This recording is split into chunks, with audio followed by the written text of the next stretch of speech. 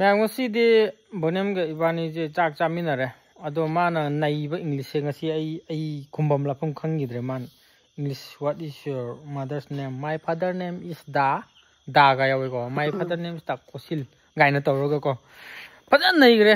chak su fajana lokhat khre ado mana haining ba madi leiba male nang kari haining ge my phuning bus english machum khara leiri ngasai ge ma'am smile to bane hojikti August September changak toreba ko winter se khaka haureeba